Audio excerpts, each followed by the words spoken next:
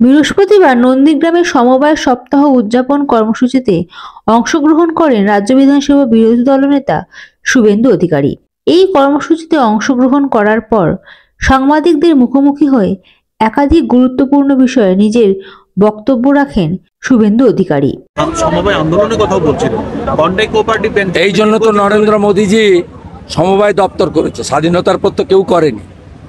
অমিত শাহজির মতো শক্তিশালী ব্যক্তিকে মন্ত্রী করেছেন।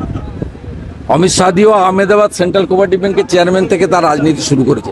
দুর্ভাগ্য এই যে 13.5 বছর যারা আছে এরা সমবায়টা বুঝে না।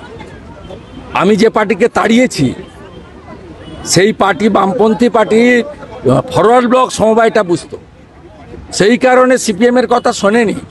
সরলদেব, রবীনবাবুরা আমাকে তারা প্রোটেকশন দিয়েছিল। বাম আমলে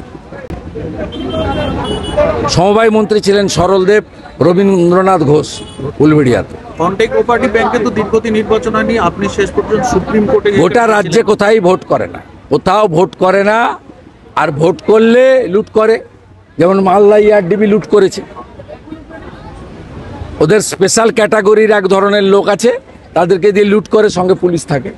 রাজ্য জুড়ে যেভাবে ট্যাব কেলেঙ্কারি হচ্ছে, শুধু কি ট্যাব নাকি, কোথায় চুরি হচ্ছে না বলুন? মাইনরিটি স্কলারশিপের টাকা সিবিআই হচ্ছে। উত্তর দিনাজপুরে একাধিক এফআইআর হয়েছে। ট্যাবে আপনি পেয়েছেন, রূপশ্রীতে কার্ড ছাপিয়ে টাকা নিয়ে চলে যাচ্ছে। মরেনি সমবাতির টাকা নিয়ে চলে যাচ্ছে। একটা স্কিম পাবেন না যেখানে এই রাজ্যে দুর্নীতি এবং চিটিংবাজি হচ্ছে।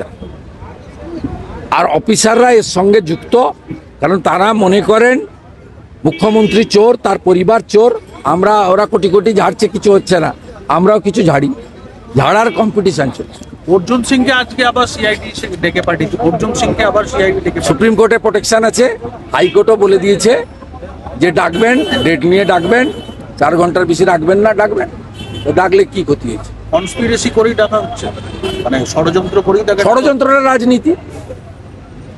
আমাদেরকে ডাকে নেনি। আমার তো 73 case, high court supreme court tight দিয়ে রেখেছে, পারে না। 7 মাস জেলে, ওনাকে জেল খাটিয়েছে 5 দিন। কে কায় বাদ গেছে? মমতা ব্যানার্জির সঙ্গে ভুল বুঝিয়ে মুসলমানদের একটা বড় অংশ আর পুলিশ, এর বাইরেও সঙ্গে কোনো লোক। পরিষ্কার কথা, ভালো করে শুনে রাখুন। আপনার বাড়ির লোকও মমতাকে ভোট দেয়। আর যেটুকুও দিত মহিলারা, আরজি করের পরে কোনো মহিলা তারা ভোট দেয় না। সংখ্যালঘু মুসলিমদের ভুল বুঝিয়ে রেখেছেন, তাই শিক্ষিত মুসলিমরা চাইলেও বেরিয়ে আসতে পারছেন না। কারণ ওদের বুথ কেন্দ্রে বা পাড়ার পরিবেশটা এমনভাবে করে রেখেছে, ওরা জানলা খুলে রাখে, বিরোধীদের এজেন্ট। আমাদের তো ওখানে বুথ কমিটি নেই মুসলিম এলাকায়।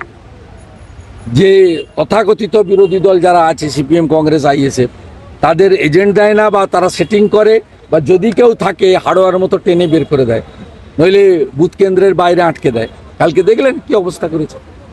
মানে 6 উপনির্বাচনেও এইরকম ভাবে অশান্তি। আপনারাই তো দেখিয়েছেন সারাদিন। আমি তো এক স্যান্ডেলে দিয়েছি, আপনি দেখিয়েছেন। সিতাইতে বাড়ি বাড়ি গিয়ে বলছে ভোট দিতে যাবেন না, আমি তো প্রমাণ দিয়েছি।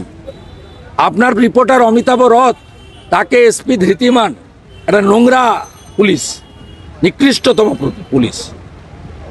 এই পুলিশটা আপনার অমিতাভ রথকে ফোন করেছেন, ও স্বীকার করবে কিনা আমি জানি না, আমার কাছে তথ্য আছে। ধমক দিচ্ছে বিপি আনন্দের লোককে। নয়নদের বাড়িতে কেন ছবি দেখিয়েছে? নয়নদের বাড়িতে পুলিশ সরিয়ে নেওয়ার পরে সেক্টর অফিসারকে গিয়ে রিপোর্ট করিয়েছে। আরেকটা দালাল আরিজ আফতাব, মমতার একটা চাকর, পেরোলে থাকে, সিও হয়ে আছে। গোটা নষ্টের মূলে ওই লোকটা। ও 31শে ডিসেম্বর বিদায় নিবে, তারপরে আসল নির্বাচন হবে। Bureau report, ND Bangla news.